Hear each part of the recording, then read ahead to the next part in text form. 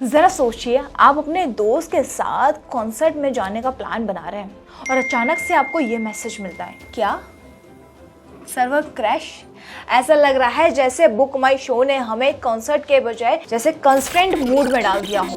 मैं भी cold play band की फैन हूँ, इसीलिए मैं भी बुक माई शो पर टिकट खिड़की खोलने का इंतजार कर रही थी। लेकिन जैसे ही टिकट खिड़की खुली, मतलब बुकिंग चालू हुई, वैसे ही सर्वर क्रैश और मेरा दिमाग हैंग हो गया। फिर क्या था, सारे मोहल्ले में हल्ला हो गया कि बुक माई शो निठल्ला हो गया। फिर जो भी चिमटबाग डमडम करके बुक माई शो वालों ने सर्वर ठीक किया और बुकिंग शुरू हुई।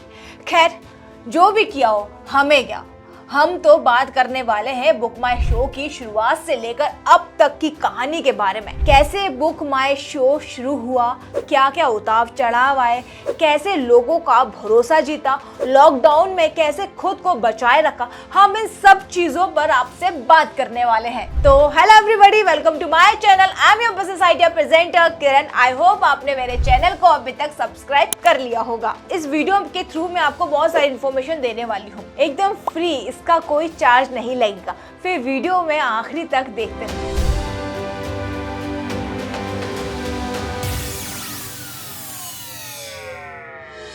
तो अब बात करते हैं बुक माई शो के फाउंडर आशीष हेमरानी, जिन्होंने विपरीत परिस्थिति में हार ना मानते हुए बुक माई शो को सक्सेस के शिखर तक पहुंचाया।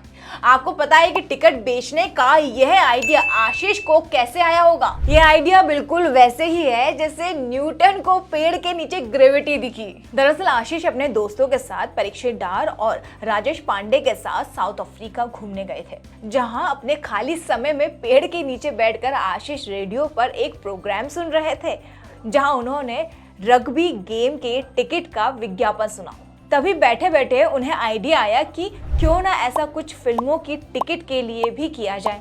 जिसके बाद आशीष अपने दोस्तों के साथ भारत लौटे और जैसे तैसे परिवार को मनाया। कंपनी की शुरुआत पेड़ के नीचे आए आइडिया को आशीष ने अपने दोनों दोस्तों के साथ साल 1999 में big tree entertainment private limited के रूप में साकार कर लिया, जिसमें परीक्षित डार और टेक्निकल मामले को देखते थे और फाइनेंशियल चीजें संभालने के लिए सस्टेनेबिलिटी राजेश पांडे को मिली। कंपनी की शुरुआत तो हो गई, लेकिन अभी भी कई सारी प्रॉब्लम्स सामने खड़ी थी, जैसे भारत में टेक्नोलॉजी की कमी, लोगों के पास इंटरनेट कनेक्शन नहीं था। इतना ही नहीं, उस समय ना ही इंटरनेट बैंकिंग की सुविधा थी और ना ही पेमेंट करने के लिए कोई एप्लीकेशन थी। टेक्नोलॉजी की कमी के कारण अपनी कंपनी को आगे बढ़ाने के लिए आशीष पहले खुद ही टिकट खरीदते थे, फिर ग्राहकों को बेचते थे। फिर उन्होंने देश में कई शहरों में कॉल सेंटर लगाए, वहां से टिकट बेचने लगे। ये वो समय था जब देश में कंप्यूटर का जमाना आ रहा था।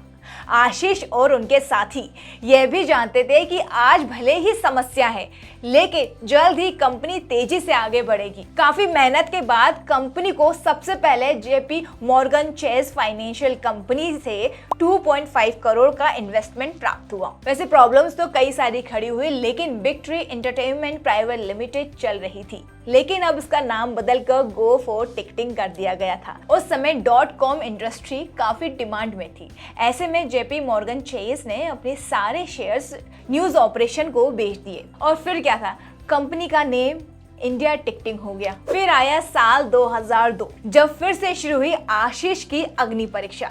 दरअसल साल 2002 में एक समय ऐसा आया जब .com इंडस्ट्री पूरी तरह मार्केट में क्रैश हो गया। इस कारण आशीष की कंपनी की स्थिति बहुत ज्यादा खराब हो गई। 150 से ज्यादा एम्प्लॉइज वाली इस कंपनी में सिर्फ 6 लोग बचे। हालात इतनी बिगड़ गई कि कंपनी को बंद करने की नौबत आ गई थी। कई शहरों में कॉल सेंटर्स को बंद करना पड़ा। इन सब के बावजूद आशीष ने बिना हिम्मत हारे अपने काम को जारी रखा। वो इंडिया में इंटरनेट के भविष्य को देखते हुए अपनी कंपनी को आसमान की ऊंचाइयों पर देख रहे थे। ऐसे ही सपने देखते हुए, गिरते संभलते हुए साल 2006 आ गया। देश में डेबिट कार्ड, क्रेडिट कार्ड का जमाना आ गया। इस वजह से कंपनी में बड़े बदलाव की जरूरत थी। नेट बैंकिंग की भी शुरुआत हो गई। थिएटर और मल्टीप्लेक्सों की संख्या में भी भारी इजाफा हुआ। इस बदलाव को देखते हुए अब आशीष और उनकी टीम सॉफ्टवेयर बनाकर थिएटर में बेचने लगे। फिर आ गया 2007 में उन्होंने अपनी कंपनी का नाम बदलकर बुक माई शो रख दिया। वो कहते हैं ना, हर अंधेरे के बाद उजाला जरूर आता है। ठीक वैसा ही आशीष की कंपनी के अब अच्छे दिन आ गए थे। सिर्फ 4 साल यानी कि 2011 में ये कंपनी 16 करोड़ से ज्यादा का रेवेन्यू जनरेट किया था।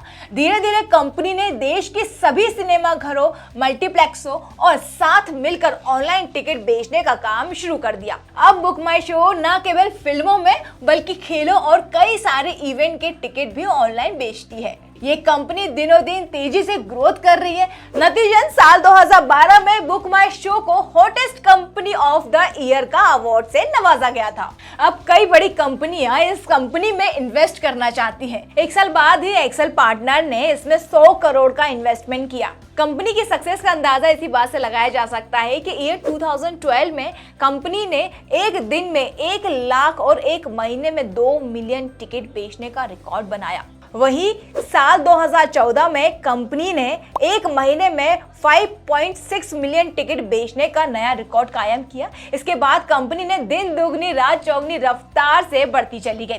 देश में दूर दराज के गांवों तक कंपनी ने अपनी पहचान बना ली है। फिर आया 21वीं सेंचुरी का ब्लैक ईयर, कोरोना काल 2020, जब ना सिर्फ बुक माई शो बल्कि इन दुनिया का सारा बिजनेस हो गया ठप। लॉकडाउन के दौरान लोगों ने अधिकतर ऑनलाइन कंटेंट की ओर रुख कर दिया, तो बुक माई शो में स्ट्रीमिंग सर्विसेज के साथ पार्टनरशिप करके वर्चुअल इवेंट्स का आयोजन किया। कंपनी ने अपनी सेवाओं में बदलाव किए, जैसे कि रिफंड पॉलिसी में मॉडिफाई करना और ग्राहकों को जानकारी देने के लिए कम्युनिकेशन मीडियम को इम्प्रूव करना। बुक माई शो ने कोविड-19 से इफेक्टेड लोगों के लिए हेल्प एंड सपोर्ट के लिए कुछ पहल भी की। इस बैड सिचुएशन में भी कंपनी ने खुद के लोगों को दूर नहीं होने दिया। इसी वजह से जैसे ही कोरोना काल खत्म होने लगा, सब ठीक होने लगा और ऑनलाइन टिकट्स बिकने लगे और लोग बुक माई शो को नहीं भूले। सीधा साधा अर्थ है कि कंपनी ने कोरोना काल में भी लोगों के बीच पकड़ बनाए रखी।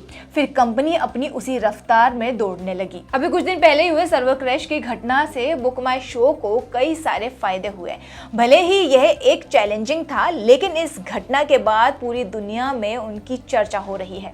इससे जहां बुक माई शो की पहुंच नहीं थी, वहां भी इसके चर्चे होने लगे। सोशल मीडिया और मेनस्ट्रीम पर बहुत सारी चर्चाएं हुई, जिससे कंपनी की पहचान बढ़ी। लोगों से कंपनी को फीडबैक मिला, जिससे कंपनी अपनी सर्विसेज को इम्प्रूव करने में सुधार करने वाली है। फ्यूचर में ऐसी घटनाएं ना हो, इसके लिए कंपनी आगे के लिए तैयार रहेगी। हालांकि ये टेक्निकल इश्यू था, लेकिन इस कंपनी ने जिस स्पीड से इसका समाधान किया, इससे बुक माई शो की ब्रांड इमेज में काफी सुधार हुआ है। हाँ, तो चलिए अब ये जान लेते हैं कि आखिर कोल्ड प्ले का क्या मामला है।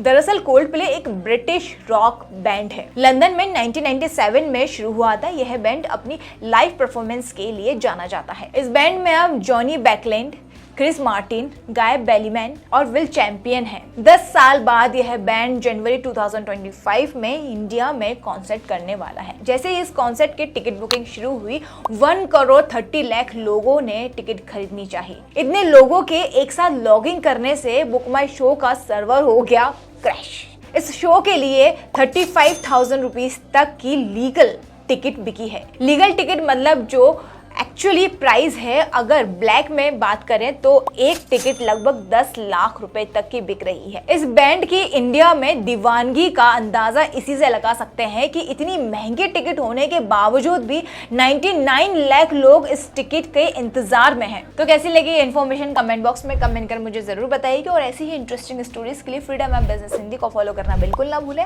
आई होप आप सभी स्वस्थ और तंदुरुस्त होंगे और मुझे एंड तक देखने के लिए दिल से शुक्रिया। Thank you so much.